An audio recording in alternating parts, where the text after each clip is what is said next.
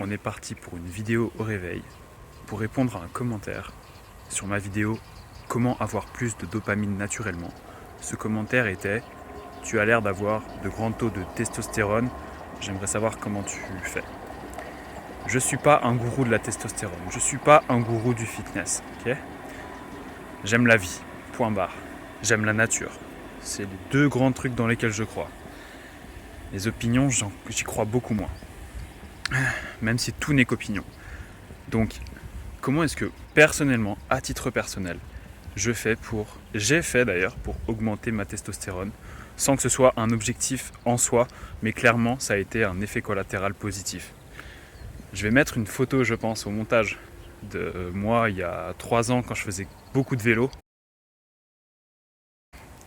J'étais heureux, mais il me manquait quand même de la testostérone et il me manquait quelques trucs dans ma vie. Donc, ça va être différents points. Et vous allez voir, c'est dans les 5 fondamentaux dont je vous parle tout le temps. Les premiers points, c'est comprendre que, numéro 1, comprendre que la vitamine D, c'est pas qu'une vitamine. Comprendre que la vitamine D, c'est pas les petites gouttes à prendre en hiver. La vitamine D, c'est ça, ok? Source de vitamine D, 90%, 90% cutanée. C'est 90% la peau. Donc en gros le soleil. Mais sauf que dans les 10% qui sont alimentaires, de source, donc source de vitamine D, 10% alimentaires, bah en vrai, c'est parce qu'on mange des choses ou des animaux qui ont synthétisé leur vitamine D grâce à la même chose toujours.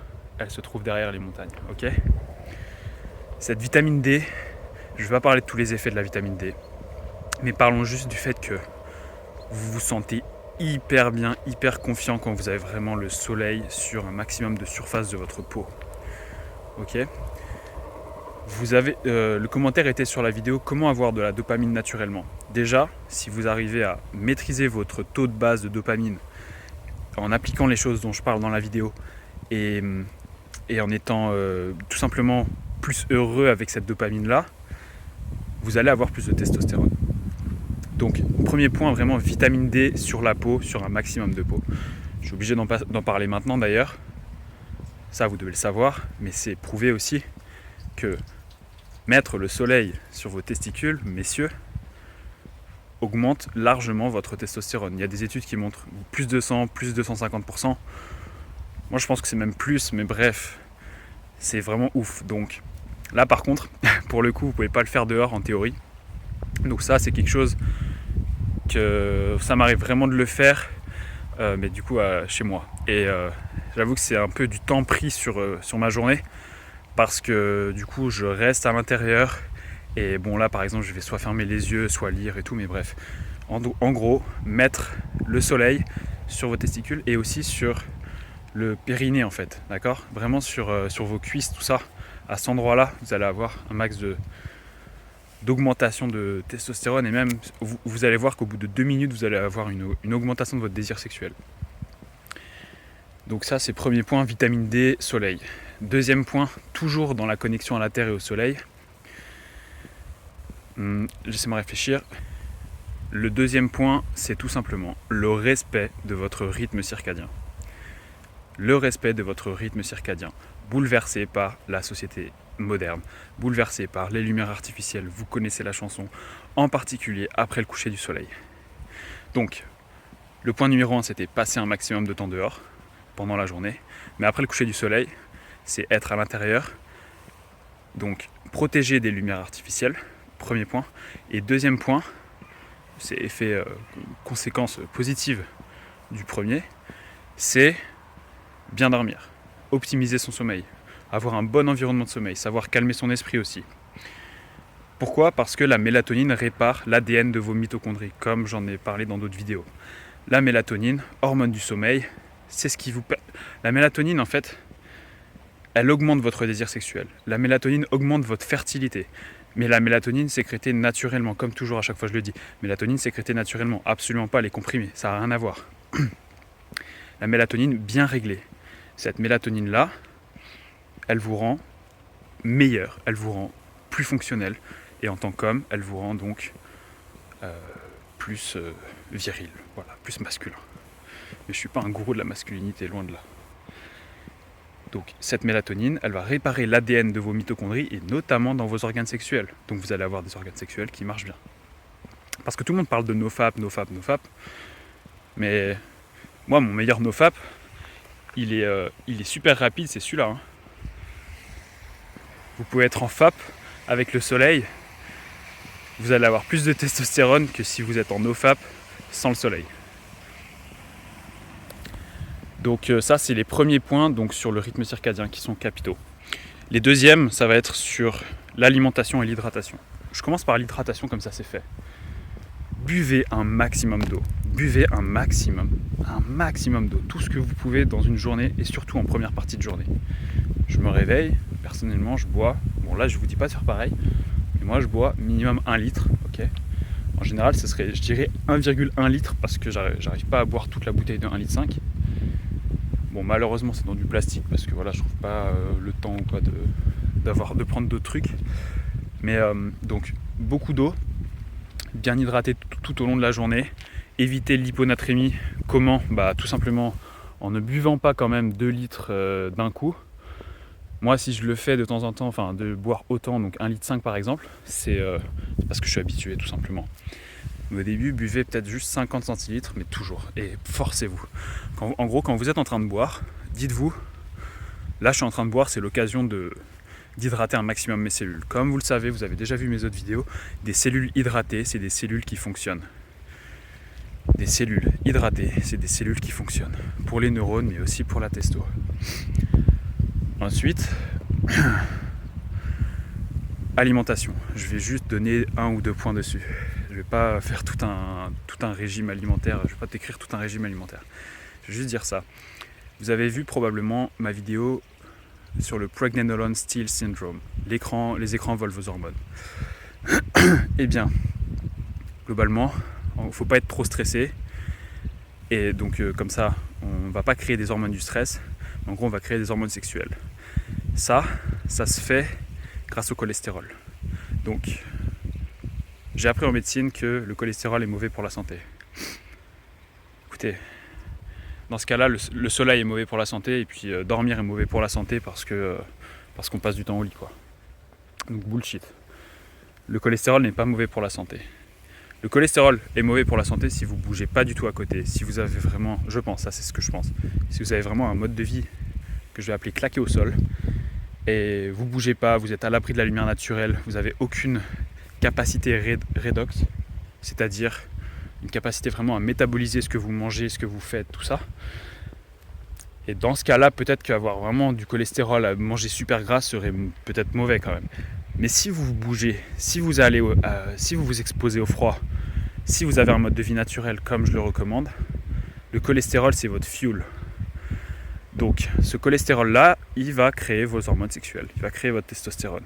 Je me souviens très bien en première année avoir appris le tableau, ça démarre au cholestérol, puis après ça fait dihydroépiandrostérone, delta 4, androstendione, je sais plus quoi, et puis hormones sexuelles. Donc manger du gras. Donc manger 2 types de gras, évidemment les oméga 3. L'alimentation de la mer, c'est ce qui vient de... En fait, c'est notre alimentation vraiment ancestrale. Quand je dis ancestrale, c'était il y a des centaines de milliers d'années.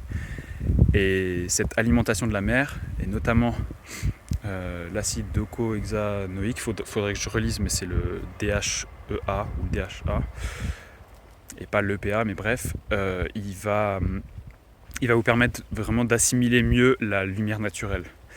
Et ce que je voulais dire sur les oméga 3, évidemment, c'est que ça vous rend plus intelligent. Parce qu'en fait, quand vous avez bien hydraté vos cellules, les oméga 3, derrière, ils font en gros la membrane cellulaire, par exemple, de vos neurones. Et donc, ça permet de retenir l'eau, ça permet que les neurones soient bien hydratés, globalement. Donc, oméga 3 et bonne hydratation, c'est un combo absolu. Mais, c'est là où le truc va plus loin quand même que le mainstream, c'est... Prenez des acides gras saturés, mangez des acides gras saturés. Surtout pas les pizzas, surtout pas les trucs. N'allez pas faire les trucs comme ça. Ma théorie... Il y a ma mère. Je suis là. J'arrive, je fais une vidéo. Les acides gras saturés, ma théorie, c'est qu'il ne faut pas les lier trop à un pic d'insuline. Donc en gros, pas de pizza, pas de burger, tout ça. Évidemment, pas de fast-food. Si vous faites un burger, faites un bon burger. Mais que globalement, ce soit sans glucides, donc, ou quasiment pas, sans féculents. Donc vraiment, prenez du beurre, prenez la crème fraîche. Voilà le message. Prenez du beurre, prenez de la crème fraîche, de l'huile de coco, des choses comme ça, et vous allez voir que votre testostérone va augmenter, vous allez avoir beaucoup d'énergie disponible. C'est comme si elle était directement disponible, alors que si vous les preniez avec des glucides, vous seriez un peu patraque et tout. Voilà, donc ça c'était alimentation, hydratation. Maintenant, activité physique. Là, pour activité physique, je vous redirige directement vers ma vidéo Go Muscu, écoute-moi.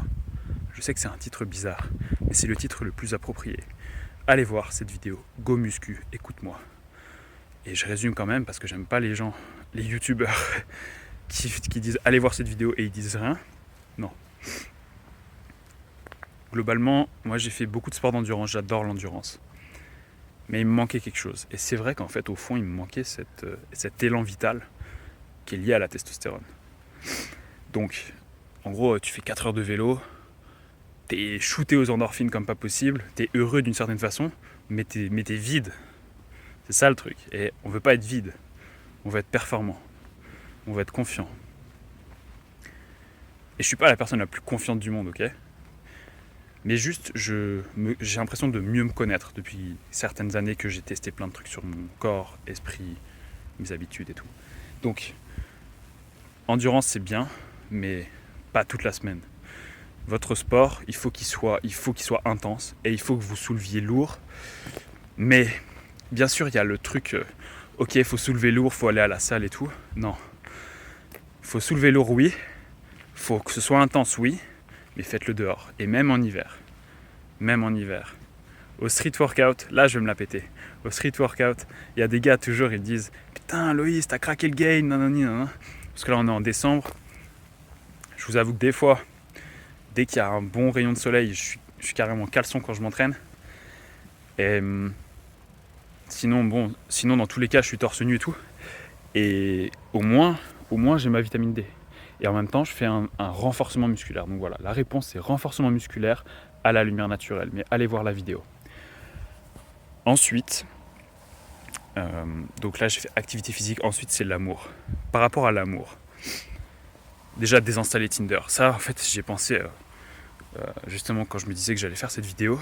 J'y ai pensé juste comme ça parce que c'est le truc auquel j'aurais jamais pensé. Mais évidemment désinstaller tous les trucs qui servent à rien comme ça.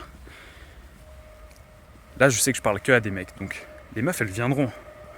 Les meufs, elles viendront si vous progressez, vous le savez déjà, c'est la loi de l'attraction et tout. Et elles viendront, et si vous êtes toujours à aller dans la recherche comme ça, bah déjà, c'est du temps que vous passez pas à vous entraîner, c'est du temps que vous passez pas à vous améliorer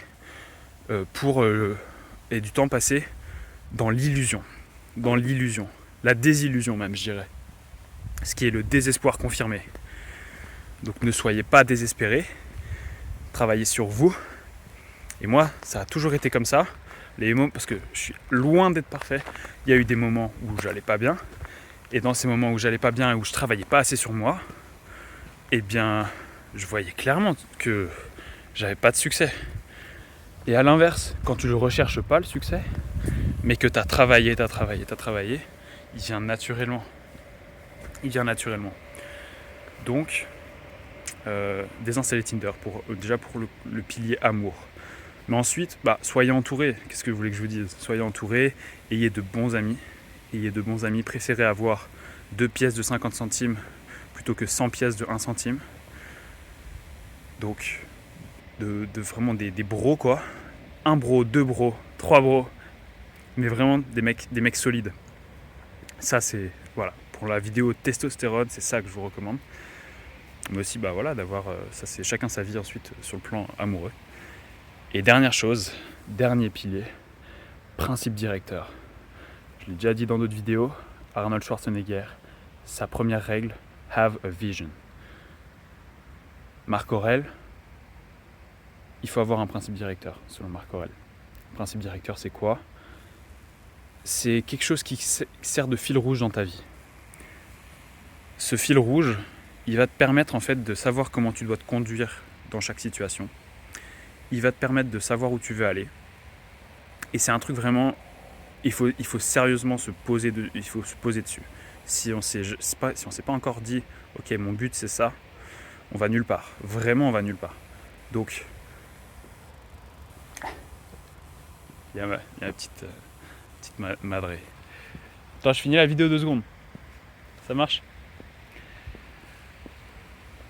Donc, avoir un but, c'est ce qui va permettre de petit à petit construire les étapes dont je viens de parler, de donner du sens à chacune des étapes dont je viens de parler.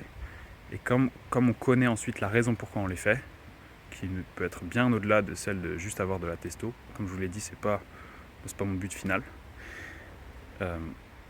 C'est juste un moyen. Quand on connaît chacune de ces étapes-là, ensuite, vous arrivez à votre but. Vous avez de grandes chances d'y arriver. Et surtout, de prendre du plaisir en le faisant.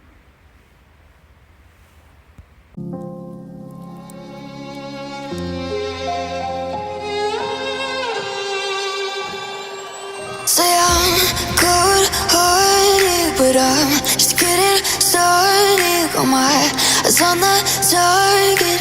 No,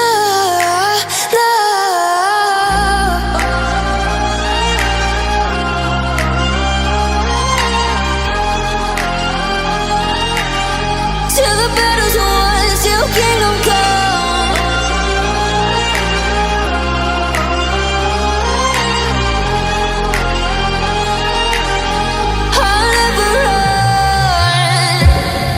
To give me your loyalty, 'cause I'm taking the world, you'll see. They'll be calling me, they'll be calling me royalty. Best to give me your loyalty, 'cause I'm taking the world, you'll see. I see the bad moon rising. I see trouble on the